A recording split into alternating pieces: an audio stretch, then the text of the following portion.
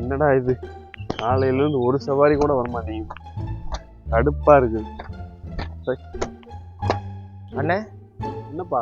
அண்ணே ஊருக்கு போகிற ஆட்டோ வருமா? எந்த ஊருப்பா? சென்னைக்கு போகிறேண்ணே. சென்னையா? ஓ 500 கிலோமீட்ரு, வர 500 கிலோமீட்ரு, மொத்தம் 1000 கிலோமீட்ரு. கிலோமீட்டருக்கு 12 ரூபா வச்சா கூட 12,000 வந்துருச்சு. அப்போ ரவுண்டா 15,000 வாங்கிட வேண்டியது. என்னாச்சு, போகலாமா? போகலாம் தம்பி, வாங்க தம்பி. அண்ணா என் ஃப்ரெண்டு ஒருத்தன் வந்துக்கிட்டு இருக்கான், 10 நிமிஷம் ஆயிரம் போல், வெயிட் பண்ணலாமா? சேர்ந்து போவோமா? சரிப்பா, சேர்ந்து போவோம். சரி. பல்கான சவாரி கிடச்சிருக்கு. 2 நாள் வண்டி ஓட்டிட்டு 4 நாள் லீவை போட்டு படுத்து தூங்கிட வேண்டியதான். அண்ணே மதுரைக்கு போகணும், ஆட்டோ வருமானே?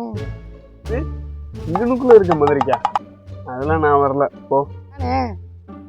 நான் லாங் சவாரி மட்டும்தான் ஓட்டிக்கிட்டு இருக்கேன், நீ வேற ஆட்டோ பார்த்துக்க. தம்பி 2 நாள் வாடகைக்கு ஆட்டோ வேணும் தம்பி. வண்டி பெட்ரோல் செலவு, சாப்பாடு நான் பார்த்துக்கிறேன். மொத்தமாக எவ்வளோன்னு சொல்லுங்கள், நான் அப்படியே கொடுத்துறேன். அப்படியா? அதெல்லாம் சரிபட்டு வராது. நம்ம லாங் சவாரி மட்டும்தான் போகிறது. இந்த 2 நாள் வாடகை, 3 நாள் வாடகை இதெல்லாம் நமக்கு செட் ஆகாது.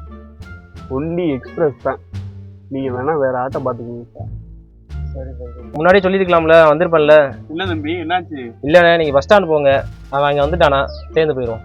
சென்னை போகலையா? சென்னைக்கு தானே போகிறேன், பஸ்ஸில் போகிறேன். அப்போ ஆட்டோவில் இல்லையா? என்னண்ணே, சென்னை வரைக்கும் ஆட்டோவில் போவாங்களா?